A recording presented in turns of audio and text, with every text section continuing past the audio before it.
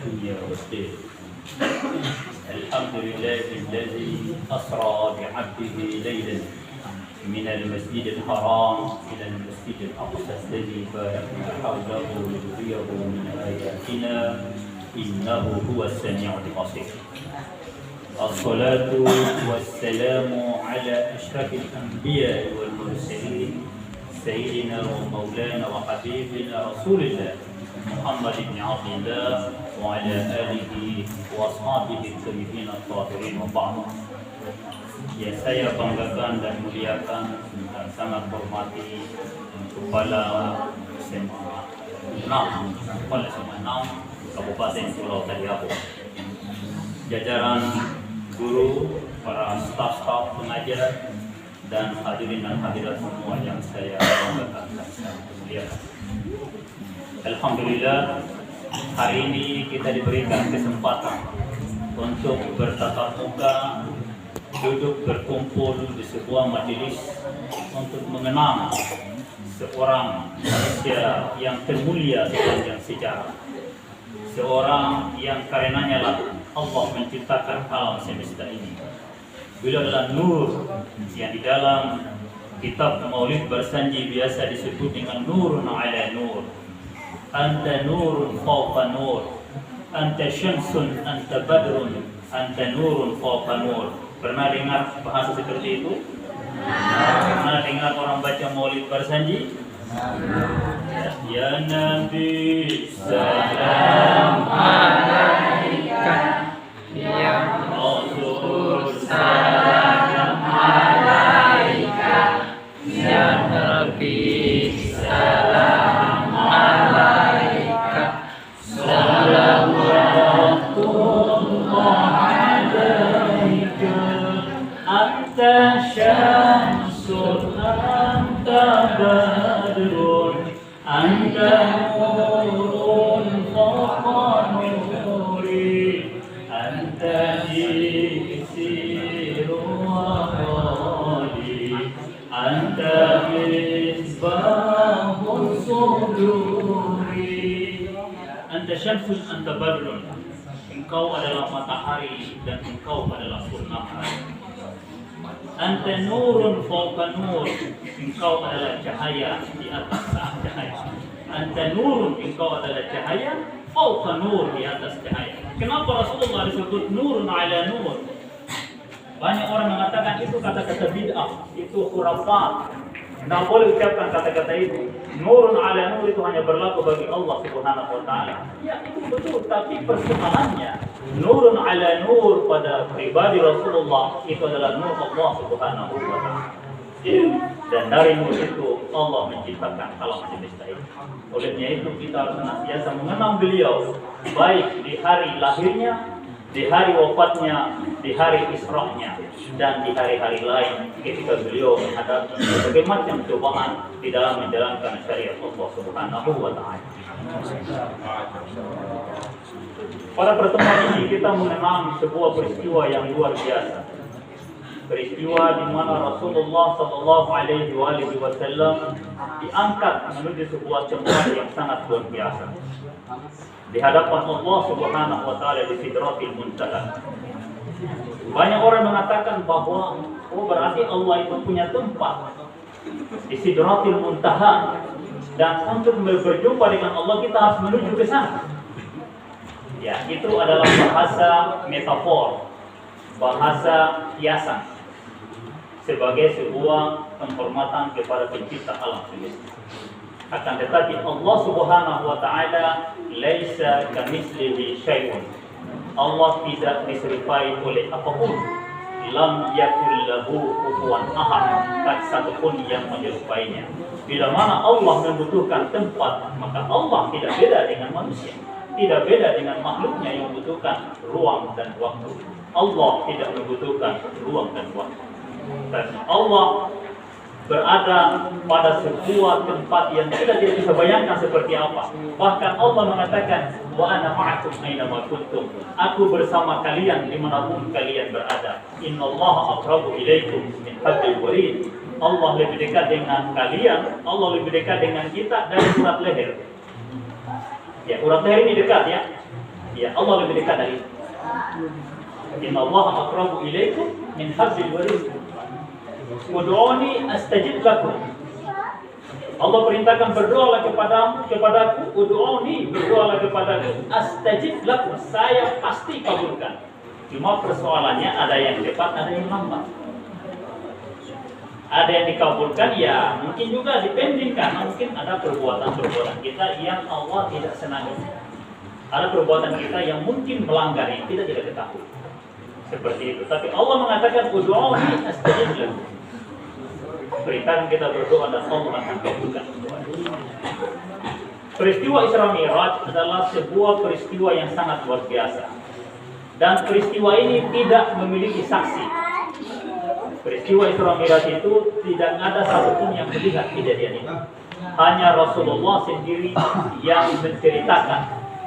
Hanya Rasulullah sendiri yang memberikan informasi kepada umat manusia bahwa telah terjadi sebuah peristiwa yang luar biasa di mana beliau diperjalankan minal Masjidil Haram, dari Masjidil Haram ila Masjidil Aqsa, ke Masjid Al-Aqsa yang ada di Palestina.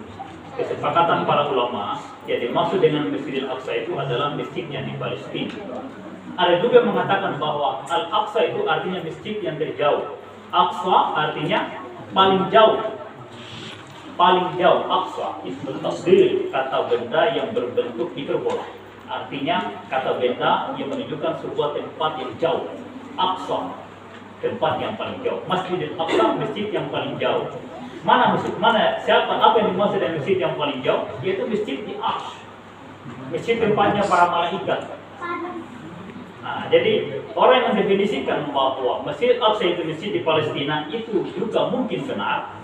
Orang mendefinisikan bahwa Masjid Aqsa masjid yang di Ars itu juga mungkin benar. Wallahu a'lam bishawab.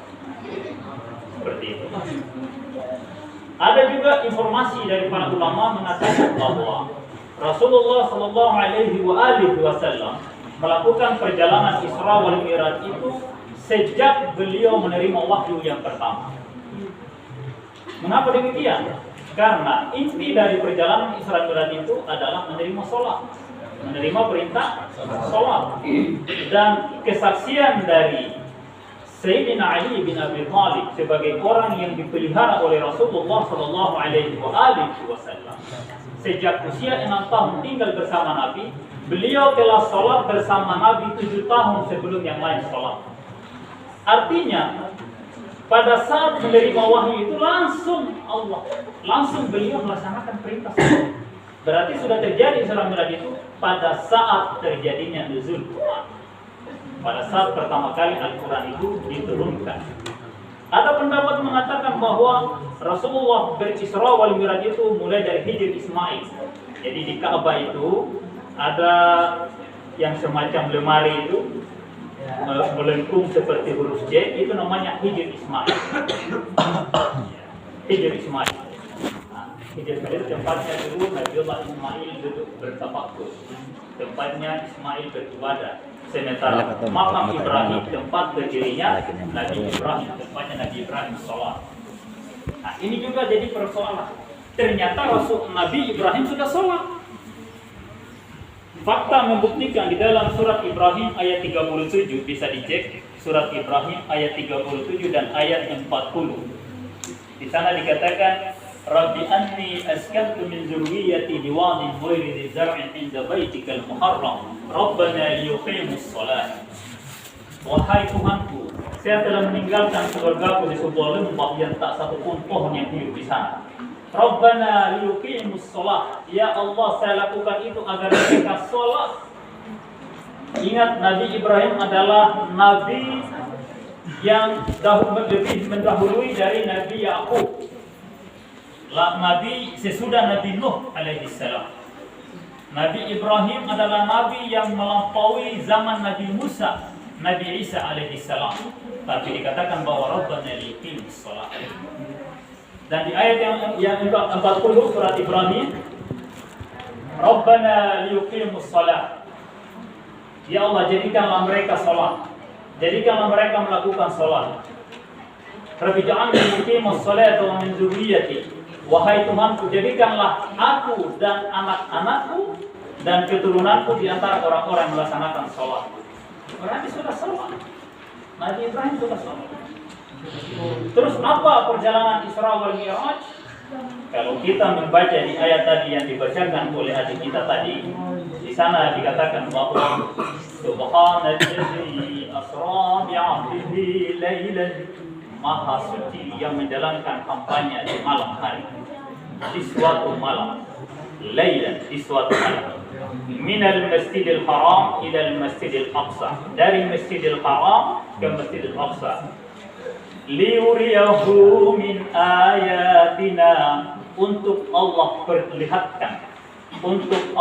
perlihatkan tanda-tanda kebesaran kami, bukan untuk menerima sholat. Bisa dicek kembali. Di sana tidak ada kata-kata untuk menerima sholat. Berarti sholat sudah ada jauh sebelumnya. Sholat sudah ada, bahkan Maryam, wanita tersuci, ahsanat farjaha, wanita yang paling suci. Beliau mengatakan bahwa Allah Subhanahu wa taala ceritakan dalam Al-Qur'an dalam surat Al-Imran, ya Maryam ukhruji li rabbiki wasjudi warka'i ma'ar raki'in, wahai Maryam sujudlah kamu, ruku'lah kamu, kunutlah kamu sebagaimana orang lain. Ya Maryam ukhnuti, wahai Maryam kunutlah kamu, warka'i ruku'lah kamu, wasjudi sujudlah kamu, warka'i ma'ar raki'in, ruku'lah kamu sebagaimana orang-orang lain juga rukuk. Berarti sudah ada salat sebelum. Bahkan sebelum Maryam itu juga ada salat. Di ayat tentang perintah puasa, kutiba alaikumus syiyam kama kutiba alal ladzina min qablikum, diwajibkan kepada kalian berpuasa bagaimana pernah diwajibkan kepada orang sebelum kamu. Warka'i ma'ar raki'in, rukulah sebagaimana orang lain juga melakukan hal yang sama. Berarti salat sudah ada. Itu versi Al-Qur'an. Versi Al-Qur'an. Versi hadis Nabi yang ditulis di awal abad kedua Hijriah, dikatakan bahwa perjalanan Isra wal Mi'raj itu adalah bertujuan untuk menjemput salat yang 5 waktu. Konon kabarnya, setelah Rasulullah berjumpa dengan Allah Subhanahu wa taala di Sidratil Muntaha, dan ketika menerima perintah melaksanakan salat yang 5 waktu, begitu kembali berjumpa dengan Nabiullah Musa alaihi salam. Apa kata Nabi Musa? Wahai Rasul, wahai Muhammad, apa yang diperintahkan kepadamu? Rasul menjawab, saya diperintahkan melaksanakan salat 50 kali sehari semalam. Nabi Musa mengatakan balik, karena sedangkan umatmu yang bertubuh kekar tidak mampu melakukan hal itu, apalagi umatmu yang badannya kecil-kecil. Nabi Musa tingginya itu 7 meter, diperkirakan seperti ini. 7 meter kurang sekarang. Ya, itu orang itu cuma 1,5 meter, bahkan ada yang tidak sampai. Seperti itu. Ada yang 1,70 meter, ya, ada yang 1,80 meter. Ya, tapi rata-rata 1,60 meter, 1,5 meter, ada yang tidak sampai juga. Seperti itu. Ya, Nabi Musa beritakan jangan, lebih baik minta dispensasi, minta pengurangan. Katanya Rasul bolak-balik. Dari 50 turun lagi ke 45, turun lagi ke 35, turun lagi ke 25, turun lagi ke 15, ke 20, 15, ke 10 sampai ke 5. Katanya bolak-balik seperti itu. Wallahu a'lam hadis ini benar atau tidak. Ada hadis mengatakan seperti itu. Tapi versi Al-Quran menceritakan bahwa Nabi Ibrahim sudah salat. Bahkan di Ka'bah itu ada makam Ibrahim, ada hijr Ismail. Dan sebelum Ka'bah dibangun oleh Nabi Ibrahim, ketika Nabi Ibrahim membawa anak dan istrinya ke lembah Bakka, maka itu namanya lembah Bakka. Aslinya itu Bakka. Apa artinya Bakka? Tangisan. Kenapa disebut tangisan? Karena disitulah tempatnya Nabiullah Adam alaihissalam menangis. Disitulah tempatnya Hajar dan Ismail menangis. Mengapa Hajar menangis? Ya karena ditinggalkan sendirian di situ. Nabi Ibrahim antar dengan bayinya sampai di lembah yang sepi, tak bertuan, dan tak satu pun rumput yang hidup di sana, apalagi pohon. Beliau ditinggalkan. Pergi Nabi Ibrahim menangis dan tanpa bekal. Anaknya Ismail itu disusui sampai habis air susunya, lalu kemudian dilepas di atas pasir, bukan di gue-gue, tendang-tendang pasir sambil menangis keluar air Zam-Zam. Dari air itu, air Zam-Zam diminum itu lapar hilang. Berhari-hari minum itu sampai ada kafilah dagang yang datang mengantarkan mereka makanan, barter air dengan makanan. Jadi yang pertama kali jual beli air isi ulang itu Hajar. Pedagang air isi ulang pertama dalam sejarah adalah Hajar. Ibunya Nabiullah Ismail alaihi wassalatu wassalam. Jadi jual air tukar dengan makanan. Disinilah makbulnya doa Nabi Ibrahim. Rabbi arini askantu min dzurriyyati biwadin ghairi zar'in 'inda baitikal muharram rabbana liyuqimus shalah faj'al af'idatan minan nasi tahwi ilaihi. Jadikanlah hati manusia semua condong kepada mereka. Warzuqhum minas samarati la'allahum yashkurun. Limpahkan rezeki dari buah-buahan, dari sayur-sayuran, dari beraneka jenis makanan agar mereka bersyukur. Luar biasa. Tanpa melakukan apa-apa, hanya dengan menangis keluar air dari tendangan kaki Ismail sang bayi tadi, lalu kemudian dari air itu mereka jual air isi ulang dan kemudian mereka makan dan minum. Itulah yang hidup mereka sepanjang sejarah. Lalu kemudian lahirlah keturunan Rasulullah, lahirlah keturunan Ismail yang disebut dengan Bani Hashim sampai kepada Nabiullah Muhammad sallallahu alaihi wasallam. Ketika Nabiullah Muhammad menerima wahyu yang pertama, dan ketika dia diperintahkan, ya ayyuhal mudaththir, wahai engkau yang berselimut, qum fa'anzir, sampaikan dan anjurkanlah. Qum fa'anzir, berdiri dan sampaikan. Wa rabbika wakabbir, wa thiyabaka fatahhir, besarkan nama Tuhanmu. Wa thiyabaka fatahhir, bajumu bersihkan. Jadi baju diperintahkan harus selalu bersih. Jadi Rasulullah itu sebelum diperintah untuk mengajarkan orang tentang sholat, disuruh cuci baju dulu.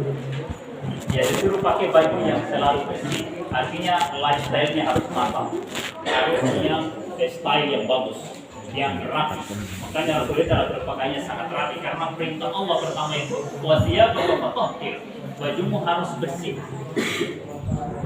Qumil laila, lalu kemudian Allah perintahkan qumil lail, berdiri di waktu malam. Untuk apa berdiri di waktu malam? Untuk sholat tahajud. Qaminal lail fatahajjad bihi nafilatan lak asa an yab'athaka rabbuka maqaman mahmuda. Dan di sebagian malam anda hendaklah salat tahajud agar Allah mengangkat derajatmu. Liyuqimus shalah, laksanakan salat. Jadi Allah perintahkan untuk salat tahajud.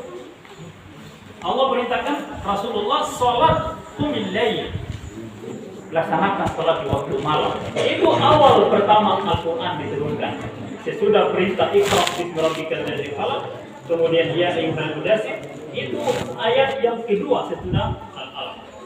Rasul sudah melaksanakan sholat pada saat itu. Sudah melaksanakan sholat pada saat masih di Mekah, belum hijrah ke Madinah. Itu riwayat versi Al-Quran. Kemudian perjalanan waktu ketika Rasulullah SAW mengajarkan umat manusia di Makkah pada zaman itu untuk menjalankan syariat Islam, untuk beriman kepada Allah Subhanahu wa taala. Beliau diboikot, beliau dimusuhi hanya karena mengajak orang menyembah Allah Subhanahu wa taala. Mayoritas masyarakat pada zaman itu tidak mau menyembah Allah. Mereka ingin sesuai dengan aspirasi mereka. Masyarakat pada zaman itu berbuat sesuai dengan selera, sesuai dengan keinginan mereka. Jadi ketika diajak untuk menyembah Allah Subhanahu wa taala, mereka tidak ingin menyembah Allah Subhanahu wa taala. Dan kemudian terjadilah permusuhan kepada Rasulullah sallallahu alaihi wasallam. Lalu Rasulullah diusir dari Mekah. Pengusiran pertama Rasulullah terjadi ketika beliau hijrah ke Habasyah. Jadi berangkatnya Rasulullah dari Mekah menuju Habsyi, negara Afrika atau sekarang ini sudah di seberang Lautan Merah. Itu pengusiran yang pertama. Pengusiran yang kedua, beliau hijrah ke Taif, ke sebuah desa kecil di seputaran kota Mekah. Pengusiran yang ketiga ke lembah Abu Talib atau ke Syekh Abu Talib. Di lembah ini beliau tinggal selama 3 tahun. Jadi beliau bersama keturunan Nabi Ismail yang lain yang disebut dengan Bani Hashim atau anak-anaknya Hashim itu tinggal di lembah Abu Talib selama kurang lebih 3 tahun lamanya. Jadi resiko dari mengajarkan Islam itu Rasulullah diusir 3 kali. Yang keempat itu hijrah ke Madinah. Pada saat beliau tinggal di lembah Abu Talib selama 3 tahun dan tidak mampu dilarang berkomunikasi dengan masyarakat luas, dilarang bertransaksi dagang dengan siapapun. Lalu kemudian Rasulullah melakukan sesuatu yang sangat luar biasa, yaitu mengajak seluruh keluarganya atau sahabatnya yang ada di lembah Abu Talib itu untuk memakan dedaunan.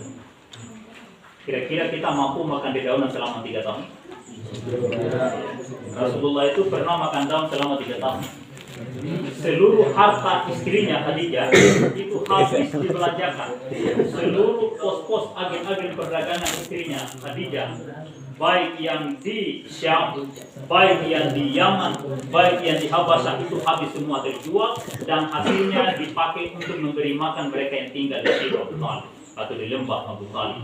Itu sebuah kebun milik Abu Talib pamannya dan mereka tinggal di situ. Mereka makan di daunan selama 3 tahun. Setelah 3 tahun berlalu, istrinya yang mendanai seluruh perjuangan Rasulullah itu wafat, meninggal dunia. Dan beliau berpesan, sebentar nanti kalau kamu masih membutuhkan saya, gali kubur saya dan ambil saya punya tulang-tulang untuk digunakan di nikah. Kira-kira siapa yang bisa seperti itu? Ketika dia mau meninggal, beliau berpesan bahwa saya tidak punya apa-apa lagi, harta saya semua telah habis, dan bila mana engkau masih membutuhkan aku sebagai wadah, sebagai sarana untuk berdakwah, gali kuburku dan lihat ambil tulangku digunakan untuk kepentingan dakwah. Itu luar biasa. Makanya manusia yang paling berkorban demi Islam adalah Khadijah. Tidak ada yang melebihi Khadijah dalam Islam. Tapi hari ini orang banyak melupakan Khadijah. Setelah Khadijah wafat, pamannya Abu Talib wafat. Orang yang memfasilitasi beliau, orang yang membela beliau dalam perjuangan wafat. Jadi 2 pribadi ini manusia luar biasa. Khadijah sebagai milioner, sebagai seorang pengusaha besar pada zaman itu yang mendanai seluruh dakwahnya hari ini. Dan Abu Talib sebagai kepala suku Quraisy pada saat itu membacking perjuangan Rasulullah. Ketika Rasulullah hendak dibantai, ketika Rasulullah hendak dibunuh, Abu Talib yang tampil di depan. Abu Talib membela Rasulullah SAW. Di hari itu, setelah 3 tahun berlalu di Syekh Abu Talib, disebut dengan Amul Huzn, tahun kesedihan. Mengapa disebut Amul Huzn, tahun kesedihan? Karena di tahun yang sama, istrinya yang mendanai beliau dan paman yang membacking perjuangan beliau, dua-duanya wafat.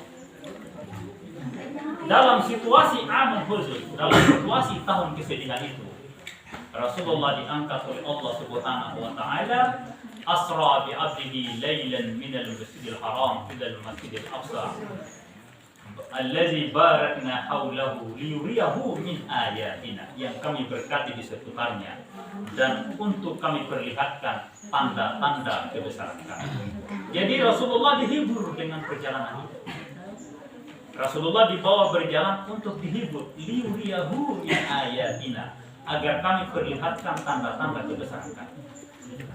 Tidak satupun ayat Al-Quran mengatakan liyuqimus shalah. Perjalanan Isra Mi'raj tidak satupun ayat Al-Quran mengatakan untuk melaksanakan sholat, untuk menerima sholat. Ayat dalam Al-Quran mengatakan liyuriyahu min ayatina, untuk kami perlihatkan tanda-tanda kebesaran kami. Silakan baca surat Al-Isra ayat 1. Al-Isra ayat 1. Seperti itu. Jadi liyuriyahu min ayatina. Mengapa Rasul boleh perlihatkan tanda-tanda kebesaran kami? Karena beliau dalam suasana sedih. Beliau dalam suasana duka. Istrinya meninggal dan pamannya Abu Talib meninggal dunia. Akan tetapi, apa yang terjadi di kemudian hari? Kedua tokoh ini dilupakan dalam sejarah. Baik Khadijah, baik Abu Talib, itu dilupakan. Dan lebih parah lagi, Abu Talib yang begitu gigih, yang begitu luar biasa memperjuangkan Rasulullah SAW, disebut dia mati kafir dan tinggal di neraka yang paling dasar. Itu luar biasa. Waliyadzubillah. Abu Talib yang membacking perjuangan beliau dengan sikap dan perbuatan, itu dibilang mati kafir. Karena katanya mati tidak sempat syahadat. Ucapan itu mengganti perbuatan di sebuah hal yang tidak logis. Islam hadir itu untuk mengatur karakter dan perbuatan manusia, bukan mengatur ucapan, bukan sekedar ucapan. Bukan sekedar ucapan. Islam bukan sekedar perkataan. Banyak orang hari ini yang pandai berkata, saya mau bikin ini, saya mau buat itu, tapi dia tidak lakukan. Tapi Abu Talib lakukan dalam sebuah perbuatan, dalam sebuah sikap yang jelas dan tegas menghadapi seluruh kabilah Quraisy, menghadapi seluruh bangsa Arab sendirian. Dia tampil untuk menghadapi segala macam rintangan sampai diusir selama 3 tahun makan dedaunan. Dia lakukan itu. Yang lain tidak mau. Tidak ada yang menderita seperti Abu Talib dan Khadijah dan Bani Hashim, keluarga Rasulullah di lembah Abu Talib. Setelah peristiwa Amul Huzun tadi dan setelah peristiwa Isra wal Mi'raj, Rasulullah pergi meninggalkan Mekah, pindah ke Medina. Pergi tinggalkan kota Mekah menuju Medina, meninggalkan tanah kelahiran, meninggalkan kampung halaman, diusir karena mengajarkan manusia untuk menyembah Allah Subhanahu wa Ta'ala, mengajarkan manusia untuk berakhlakul karim, berakhlak yang mulia, mengajarkan manusia tentang kejujuran, mengajarkan manusia tentang keadilan, mengajarkan manusia tentang kebenaran. Diusir dari lembah Mekah, diusir dari tanah leluhurnya, diusir dari tanah Hajar dan Ismail, diusir dari tepian air Zam-Zam, diusir dari tepian Masjidil Haram. Beliau diusir hanya karena mengajarkan orang tentang kejujuran, tentang kebenaran, tentang keadilan. Itu luar biasa. Beliau pergi meninggalkan tanah kelahiran menuju sebuah tempat yang sangat jauh melintasi padang pasir, yaitu di Madinatul Munawwarah. Perjalanan beliau menuju Madinatul Munawwarah bukan juga perjalanan yang enjoy, bukan juga perjalanan yang indah, yang penuh dengan berbagai macam bunga, berbagai macam pemandangan yang indah. Beliau dikejar juga. Beliau dikejar untuk dibunuh. Siapa yang mengejar beliau? Seseorang yang bernama Suraqah. Beliau dikejar untuk dibunuh. Dan sebelum itu beliau bersembunyi di gua. Dan ketika di gua itu beliau sempat tinggal berhari-hari di gua itu, lalu kemudian berangkat menuju Medina, melewati pesisir pantai. Tapi masih juga dikejar lagi. Dan ketika dikejar beliau hampir dibunuh oleh seorang yang bernama Suraqah. Kemudian anaknya berangkat dikawal oleh 2 orang lelaki, yaitu Ali bin Abi Thalib dan seorang yang saya lupa namanya. Berangkat 5 orang bernama Fatimah pergi meninggalkan Mekah. Fatimah binti Muhammad putri Nabi, Fatimah binti Asad ibunya Sayyidina Ali, dan 3 Fatimah sepupunya Rasulullah dan sepupunya juga Sayyidina Ali. Di tengah perjalanan mereka dikejar oleh segerombolan pemuda sekitar 25 orang pemuda dengan menghunus pedang, disuruh hentikan perjalanan kafilah menuju Medina itu. Lalu kemudian disuruh berhenti, disuruh turun dari atas tunggangan mereka, entah kuda atau unta. Lalu kemudian ditanya, mau dibawa kemana perempuan-perempuan itu? Ya Ali. Ali bin Abi Thalib mengatakan, saya mau menyusul sepupuku, menyusul saudaraku ke Medina. Kembalikan mereka ke Medina, kembalikan mereka ke Mekah. Ali bin Abi Thalib mengatakan, bagaimana kalau saya tidak mau? Kami akan bunuh engkau. Apa kata Sayyidina Ali? Kalau begitu silakan dicoba. Silakan dicoba. Lelaki yang jagoan tadi langsung memacu kudanya, menghunus pedang dan menebas Sayyidina Ali. Tapi alhamdulillah, sebelum tebasan pedang sampai di Sayyidina Ali, pedang Sayyidina Ali duluan saling panggung di tahun. Putus, kepala putus dari bahu sampai pinggang, putus dengan kuda sekaligus. Manusianya dibelah dengan kuda satu kayu, putus. 25 orang satu yang tewas, 24 lari kabur. Sayyidina Ali mengatakan, lanjutkan perjalanan. Kejadian itu sudah menjelang maghrib di sebuah desa, di tepian sebuah desa. Mereka bermalam di desa itu. Lalu kemudian esoknya melanjutkan perjalanan menuju Medina. Perjuangan Rasulullah bukan perjuangan yang enjoy, bukan perjuangan yang penuh dengan hura-hura, bukan perjuangan yang penuh tawa, canda. Beliau berjuang dengan penuh suka duka. Sejak pertama menerima Islam, bahkan sejak beliau lahir, beliau sudah susah. Sampai di Medina, beliau susah lagi. Sampai beliau wafat, beliau sangat dipersulit. Sampai kepada keturunannya, mereka-mereka yang memboikot mereka, memboikot paman-pamannya, memboikot sepupu-sepupu Rasulullah di lembah Abu Talib itu terlibat dalam pembunuhan cucu Rasulullah Al-Husain kepada mereka. Tapi beliau hadapi dengan kesabaran, sehingga Al-Quran bersumpah di dalam, Allah Subhanahu Wa Taala bersumpah dalam Al-Quran, bersumpah wal asri demi masa. Innal insana lafi khusr, sesungguhnya manusia semua dalam kerugian. Innal ladzina amanu, kecuali orang yang beriman, wa amilus shalihat, dan mengajak berbuat baik, wa amilus shalihat, beramal yang baik, wa tawassaw bil haqq, mengajak orang kepada kebenaran, wa tawassaw bis sabr, dan mengajak orang kepada kesabaran. Siapa yang wa tawassaw bis sabr itu? Siapa orang yang mengajak kepada kesabaran itu? Yaitu Rasulullah dan keluarganya, Rasulullah dan keturunannya, Rasulullah wa banihi. Seluruh para nabi itu berdoa kepada dirinya dan kepada anak-anaknya. Rabbana askantu min zurriyyati biwadin ghairi zi zar'in inda baitikal muharram rabbana liyuqimus sholata, kata Nabi Ibrahim.